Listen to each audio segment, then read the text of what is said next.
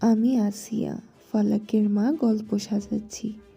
কারণ আর্মি থেকে রিটায়ার্ডের পর বেশিরভাগ সময় বসেই থাকি, তাই মেয়ের গোয়েন্দা গল্প লিখছি। কোনো না জানাকে জানা বা বলতে পারেন মিস্ট্রি সলভ করাটাকেই আমার মেয়ে তার পেশা বানিয়ে নিয়েছে। আর এটা হয়তো তার বাবার থেকে পেয়েছে।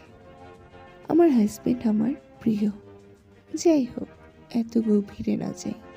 রাত তখন প্রায় 12:30।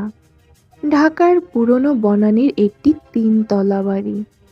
বাইরে থেকে দেখলে নিছকই সাধারণ, কিন্তু সেই রাতে বাড়িটার ভিতর এমন কিছু ঘটেছে যা কয়েক ঘন্টার মধ্যেই পুরো এলাকাকে স্তব্ধ করে দেবে।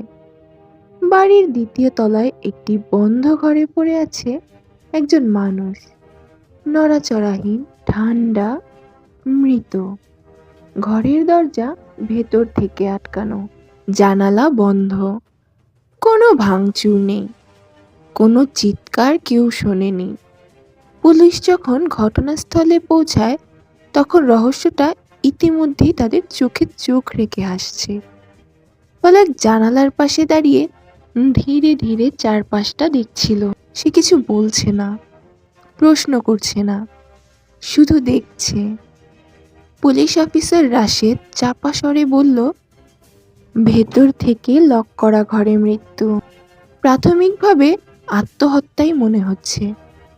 পলক তাকালো তার দিকে। 1 সেকেন্ড, 2 সেকেন্ড, তারপর বলল, মনে হওয়া আর হওয়া এক জিনিস না। ঘরের ভেতর বাতাস ভারী। মৃতদেহটা বিছানার পাশে পড়ে আছে। গলায় কোনো দড়ি নেই, কবজিতে কাটার দাগ নেই, বিষের বোতল নেই। তবুও রিপোর্টে লেখা হচ্ছে সন্দেহজনক মৃত্যু। পলক ধীরে ধীরে হাঁটতে হাঁটতে ঘরের মাঝখানে গেল। মেঝেতে পড়ে থাকা একটা জিনিস তার চোখে পড়ল, একটি ছোট্ট কাগজের টুকরো। সে নিচু হয়ে সেটি তুলল না, শুধু দেখল। এই কাগজটা কাল এখানে ছিল না, বলল সে। রাশেদ চমকে উঠল। তুমি কিভাবে জানো? পলক উত্তর দিল না। সে তাকিয়ে আছে মৃতের মুখের দিকে, চোখ দুটো আধ খোলা, মুখে ভয়ের ছাপ। কিন্তু আত্মহত্যাকারীর ভয় নয়, এটা ছিল চমকের ভয়। মৃত ব্যক্তির নাম আদনান মাহমুদ, একজন রিয়েল এস্টেট ব্যবসায়ী। গত 6 মাসে 3বার থানায় জিডি করেছে, হুমকি পাচ্ছে বলে। এই তথ্যটা পুলিশের খাতায় ছিল, কিন্তু কেউ গুরুত্ব দেয়নি। পলক এবার বিছানার পাশের টেবিলটার দিকে এগোলো। একটা মোবাইল ফোন, চার্জ লাগানো, স্ক্রিন ভাঙা। মোবাইলটা কে ভেঙেছে? পলক জিজ্ঞাসা করলো। রাশেদ বলল, পড়ে গেছে হয়তো। পলক মাথা নাড়ল। পড়ে গেলে স্ক্রিন ভাঙে, কিন্তু মাইক্রোফোন নষ্ট হয় না। ঘরে হঠাৎ নীরবতা নেমে এলো। পলক জানে এখানে কেউ কথা বলেছে, এবং সেই কথোপকথনটা কেউ শুনতে দেয়নি। বাথরুমের দরজার সামনে এসে সে থামল। দরজার নিচে অদ্ভুত একটা দাগ। পানি না, রক্তও না, কেমিক্যাল। পলক বলল, পরিষ্কার করার চেষ্টা করা হয়েছে। রাশেদের কপালে ভাঁজ পড়ল, কিন্তু ঘর তো ভেতর থেকে লক। পলকে এবার প্রথমবারের মতো হালকা হাসলো। হ্যাঁ, আর সেটাই সমস্যাটা। রাত বাড়ছিল। লাশ পাঠানো হলো ময়না তদন্তে। ঘরে সিলগালা। পুলিশ ফাইল বন্ধ করার প্রস্তুতি নিচ্ছিল, কিন্তু পলক তখনও বাড়ির নিচে দাঁড়িয়েছিল। সে উপরের জানালার দিকে তাকিয়ে বলল, যে মানুষটা মরেছে সে একা ছিল না। কিভাবে নিশ্চিত? রাশেদ জানতে চাইল। পলক শান্ত গলায় বলল, কারণ ঘড়িটা 5 মিনিট পিছিয়ে আছে। আর মৃত মানুষ সময় বদলায় না। রাশেদ বুঝতে পারল এই মৃত্যু রহস্য এখনো শুরুই হয়নি। এটা ছিল শুধু প্রথম শ্বাস। সকালের আলো বনানীর সেই বাড়িটাকে আর আগের মতো ভয়ানক মনে করাচ্ছিল না। কিন্তু পলক জানতো আলো শুধু দেয়াল দেখায়, সত্য না। ময়নাতদন্তের প্রাথমিক রিপোর্ট এসে গেছে। মৃত্যুর কারণ শ্বাসরোধ, কিন্তু কোনো দড়ি নেই, কোনো দাগ নেই। রাশেদ রিপোর্টটা পড়ে বিরক্ত হয়ে টেবিলে ছুঁড়ে ফেলল। অসম্ভব! দাগ ছাড়া শ্বাসরোধ কিভাবে হয়? পলক জানালার ধারে দাঁড়িয়েছিল। বাইরে মানুষ চলাচল করছে, স্বাভাবিক জীবন। সে ধীরে বলল, অসম্ভব তখনই হয় যখন আমরা একটা পদ্ধতিই জানি শুধু। সে ঘুরে দাঁড়ালো। লেটেক্স গ্লাভস, প্লাস্টিক শিট অথবা কেমিক্যাল ভেজানো কাপড়, সবই দাগ ছাড়াই মানুষ মেরে ফেলতে পারে। রাশেদের চোখ বড় হয়ে গেল। মানে খুন? পলক উত্তর দিল না। সে ফাইলের দিকে হাত বাড়ালো। আদনান মাহমুদের শেষ ৭২ ঘন্টা দেখি। শেষ ৭২ ঘন্টা। আদনান শুক্রবার সন্ধ্যায় অফিস ছেড়েছিল। রাতে একা বাড়িতে ফিরেছে। এটা সিসিটিভিতে আছে। কিন্তু পলক একটা জায়গায় থামালো ভিডিও। এই ফ্রেমটা আবার চালাও। স্ক্রিনে দেখা গেল আদনান দরজা খুলছে। ঠিক তখনই লিফটের ভেতরে আলো জ্বলছে। লিফটে কেউ ছিল, পলক বলল। রাশেদ অবাক, কিন্তু নামার ফুটেজ নেই। পলক ঠান্ডা গলায় বলল, কারণ সে নামেনি। ঘরে যেন হঠাৎ তাপমাত্রা নেমে গেল। মানে মানে কেউ আদনানের সাথেই উপরে উঠেছিল, কিন্তু বের হয়নি সামনে দিয়ে। বন্ধ ঘরের ভেতরের খুঁটিনাটি পুলিশ আবার ঘর খুলল। এবার পলক নিজে প্রতিটা ইঞ্চি দেখছে। আলমারির পেছনে দেয়ালে হালকা স্ক্র্যাচ, এয়ার ভেন্টের স্ক্রু নতুন। এটা আগে খোলা হয়েছে। পলক বলল, একজন কনস্টেবল বলল, কিন্তু ভেন্ট দিয়ে মানুষ ঢুকবে? পলক নিচু হয়ে ভেন্টের ভিতর তাকালো। না, মানুষ না, কিন্তু হাত ঢুকবে। সবাই চুপ। লক ভাঙা হয়নি। পলক বলল, কারণ দরজা খোলাই লাগেনি। প্রথম সন্দেহভাজন আদনানের স্ত্রীর সঙ্গে কথা হলো। চোখ লাল, কাঁদছে। কিন্তু পলক লক্ষ্য করলো কান্না থামে প্রশ্ন শুরু হলে। শেষবার কবে কথা হয়েছিল? রাত ৮টায়। কি নিয়ে? ব্যবসা। পলক সরাসরি তাকালো। ব্যবসা নয়, জমি। মহিলার হাত কেঁপে উঠল। রাশেদ বুঝে গেল এটা কাকতালীয় নয়। যে নামটা প্রথম উঠে এলো, একজন পার্টনার, সাব্বির খান। গত মাসে আদনানের সাথে বড় ঝগড়া। একটা জমির মালিকানা নিয়ে মামলা চলছিল। আরেকটা তথ্য, সাব্বির খান কেমিক্যাল ইঞ্জিনিয়ারিং পড়েছে। রাশেদ ফিসফিস করে বলল, কিন্তু প্রমাণ? পলক জানালার বাইরে তাকালো। প্রমাণ দরজা ভাঙে না, প্রমাণ অপেক্ষা করে। শেষ দৃশ্য। পলক আবার সেই ছোট ছোট কাগজটার দিকে তাকালো, যেটা প্রথম রাতে দেখেছিল। এবার সে তুলল। তাতে লেখা 11:55। রাশেদ বলল, সময়? পলক মাথা নাড়ল।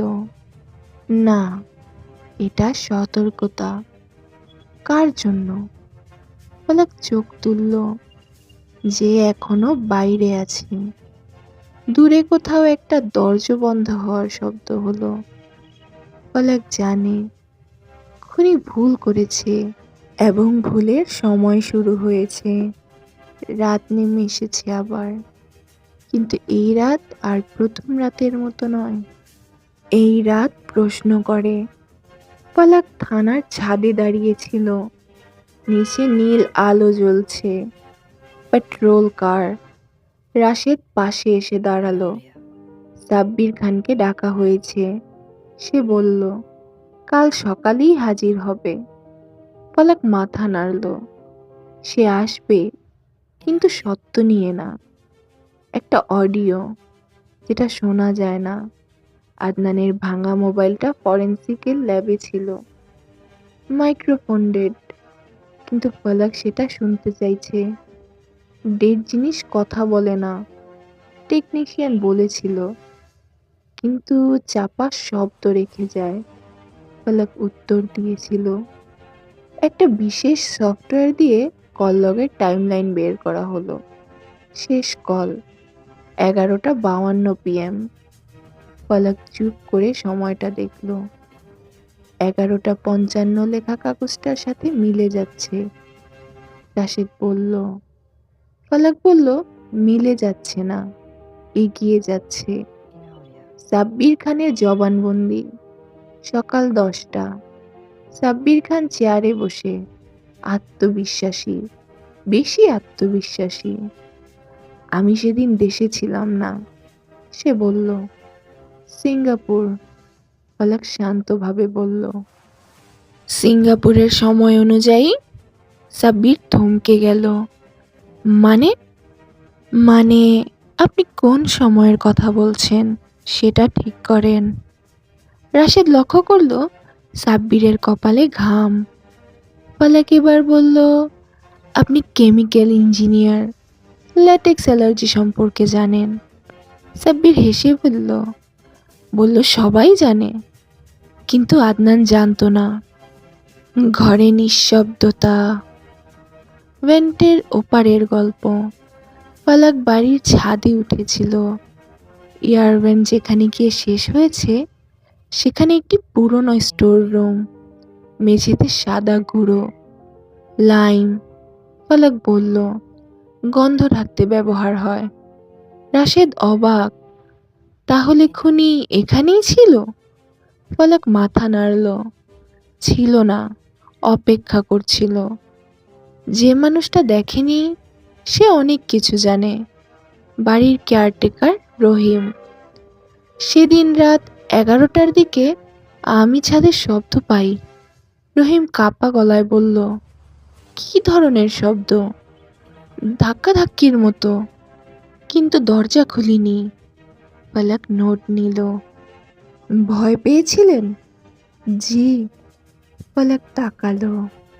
ভয় মানুষকে চুপ করায়, কিন্তু সময় নয়।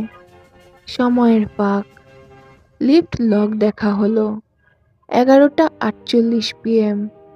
একবার উপরে উঠেছে, এরপর বন্ধ। পলক বলল, খুনি ঢুকেছে, কিন্তু বের হয়নি। তাহলে? তাহলে সে এখনো এই বাড়ির অংশ। রাশেদ গম্ভীর। মানে পরিবার? পলক চুপ। একটা ভুল, যা ঢেকে রাখা যায় না। পলক আবার স্ত্রীর সাথে কথা বলল।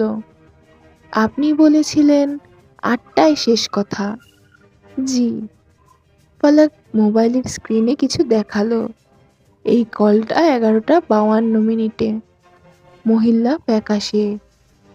আমি ভুলে গিয়েছিলাম। পলক বলল, মানুষ সময় ভুলে যেতে পারে, কিন্তু কল নয়। চোখের জল এবার সত্যি মনে হলো। শেষ লাইন। পলক থানায় ফেরার পথে বলল, খুনি জানে আমরা কাছাকাছি। রাশেদ জিজ্ঞাসা করলো, এখন কি? পলক আকাশের দিকে তাকালো। এখন সে ভুল করবে। দূরে কোথাও কাঁচ ভাঙার শব্দ। এই মৃত্যু রহস্য আর ঘরের ভেতরে নেই, এটা বেরিয়ে এসেছে। রাত 2:17। বনানীর সেই বাড়িটা আবার অন্ধকারে ডুবে আছে, কিন্তু এবার পুলিশ নেই, শুধু পলক। সে একা এসেছে। কারণ সে জানে খুনি একা থাকলেই ভুল করে। নিঃশব্দ অপেক্ষা। ফালাক বসে আছে দ্বিতীয় তলার সেই ঘরটায়। লাইট বন্ধ, জানালা খোলা, মোবাইলে টাইমার চলছে। 11:55 PM। এই সময়টাই বারবার ফিরে আসছে। হঠাৎ ভেন্টের ভেতর থেকে খুব হালকা একটা শব্দ, ধাতব কিছু ঘষা লাগার মতো। ফলক নড়ল না। আরেকটা শব্দ, আরো কাছে, কারো নিঃশ্বাস। ভেন্টের উপর থেকে যে চোখ তাকায়। হঠাৎ ভেন্টের ঢাকনা একটু নড়ল। একটা চোখ, ভয় নয়, হিসাবি। ঠিক সেই মুহূর্তে ফলক কথা বলল। এতদিন পরে আবার এলেন? 1 সেকেন্ডের নীরবতা, তারপর ভেন্টের ঢাকনা বন্ধ করে দেওয়ার চেষ্টা। কিন্তু দেরি হয়ে গেছে। পুলিশের নেট। রাশেদের কণ্ঠ বাইরে থেকে ভেসে এলো। এখন! এক মুহূর্তেই আলো জ্বলে উঠল। চারদিক থেকে পুলিশ। ভেন্ট ভেঙে নামানো হলো একজন মানুষকে, সাব্বির খান। কিন্তু তার মুখে যে ভয়, তা ধরা পড়ে না। সে শুধু বলল, প্রমাণ আছে? শেষ তাস। ফলক ধীরে এগিয়ে গেল। আছে, সে বলল। তুমি যেটা সবচেয়ে ভালো করে ঢেকে রেখেছিলে। সে মোবাইল বের করলো। তুমি ভেবেছিলে মাইক্রোফোন নষ্ট করলেই সব শেষ। সাব্বিরের চোখ সরু হলো। কিন্তু তুমি ভুলে গিয়েছিলে। ফলক বলল, ভয়েস কমান্ড। সবাই থমকে গেল। আদনান শেষ মুহূর্তে বলেছিল, রেকর্ড অন। রাশেদের নিঃশ্বাস আটকে রাখলো। অডিওটা চালু হলো। একটা চাপা শব্দ, তারপর আদনানের কণ্ঠ, ভাঙা। সাব্বির, তুমি এখানে? তারপর প্লাস্টিকের খসখস, একটা নিঃশ্বাস, আর কিছু নয়। ঘর নিস্তব্ধ, ভাঙা মানুষ। সাব্বির আর দাঁড়িয়ে থাকতে পারল না। আমি দরজা খুলি নাই, সে চিৎকার করলো। আমি ভেন ব্যবহার করেছি, আমি জানতাম ওর ল্যাটেক্স অ্যালার্জি। ফলক শান্ত। তুমি জানতেও ঘর ভেতর থেকে লক থাকলে সবাই আত্মহত্যা ভাববে। সাব্বিরের কণ্ঠ ভেঙে গেল। শেষ সাসপেন্স। রাশেদ হাত করা পড়াতে এগিয়ে এলো। ঠিক তখন সাব্বির তাকালো ফালাকের দিকে। একটা প্রশ্ন। সে বলল, তুমি কেন নিশ্চিত ছিলে যে আমি ফিরব? ফালাক 1 সেকেন্ড চুপ করে রইল। তারপর বলল, কারণ খুনিরা কখনো নিশ্চিত হতে চায় তারা ধরা পড়েনি। দূরে ভোরের আজান ভেসে এলো। এই রহস্য আর রহস্য নেই, কিন্তু শেষ কথা এখনো বলা হয়নি। ভোরের আলো ধীরে ধীরে থানার করিডোরে ঢুকছিল। রাতের টান টান উত্তেজনা এখন ক্লান্ত নীরবতায় পরিণত হয়েছে। সাব্বির খান হাত করা পড়া অবস্থায় বসে আছে। এবার আর আত্মবিশ্বাস নেই, শুধু হিসাব মেলাতে না পারার হতাশা। ফলক টেবিলের উপরে দাঁড়িয়ে, ঘটনার পুরো চিত্র। রাশেদ বলল, সবটা পরিষ্কার করে বলো। সাব্বির একবার চোখ বন্ধ করলো, তারপর বলা শুরু করলো। ও জমিটা নিজের নামে নিতে চেয়েছিল, আমাকে সরিয়ে দিতে। আমি জানতাম ওর ল্যাটেক্স অ্যালার্জি আছে। সে থামলো। আমি ভেন্ট দিয়ে ঢুকি, প্লাস্টিক শিট আর কেমিক্যাল ভেজানো কাপড় ব্যবহার করি। দরজা ভেতর থেকেই লক করে দেই। ফলক চোখ করল। তারপর লাইম দিয়ে গন্ধ ঢাকার চেষ্টা করো। ঘড়ি 5 মিনিট পিছিয়ে দাও। মৃত্যুর সময় নিয়ে বিভ্রান্তি তৈরি করতে। সাব্বির মাথা নিচু করলো, যে ভুলটা সব শেষ করে দিল। রাশেদ জিজ্ঞাসা করলো, তাহলে 11:55? ফালাক বলল, ওটাই সাব্বিরের শেষ ভুল। সে ভেবেছিল আদনান অজ্ঞান হয়ে গেছে। সে সাব্বিরের দিকে তাকালো, কিন্তু আদনান শেষ শক্তিটুকু দিয়ে ভয়েস কমান্ড চালু করে, আর তুমি ফিরে এসে পেন দিয়ে দেখেছিলে সে মরে গেছে কিনা। সাব্বির চমকে উঠল। ফালাক শান্ত গলায় বলল, খুনিরা একবার ফিরে তাকায়, এটাই তাদের স্বভাব। রায়, চার্জশিট প্রস্তুত হলো। খুন, প্রমাণ নষ্টের চেষ্টা, পরিকল্পিত হত্যা। রাশেদ স্বস্তির নিঃশ্বাস ফেলল। এই কেসটা আমরা পারতাম না। ফালাক শুধু বলল, আমি শুধু দেখেছি, তোমরা কাজটা করেছো। শেষ দৃশ্য, ফালাক থানার বাইরে এসে দাঁড়ালো। সূর্য পুরোপুরি উঠেছে। পেছন থেকে রাশেদ ডাকলো, আবার কবে দেখা হবে?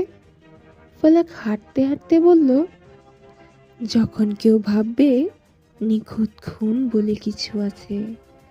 সে ভিড়ের মধ্যে মিলিয়ে গেল। পেছনে পড়ে রইল একটা বন্ধ ফাইল। আদনান মাহমুদ হত্যা মামলা সমাধান হয়েছে, কিন্তু শহর জানে রহস্য কখনো শেষ হয় না, শুধু পরের রাতের জন্য অপেক্ষা করে।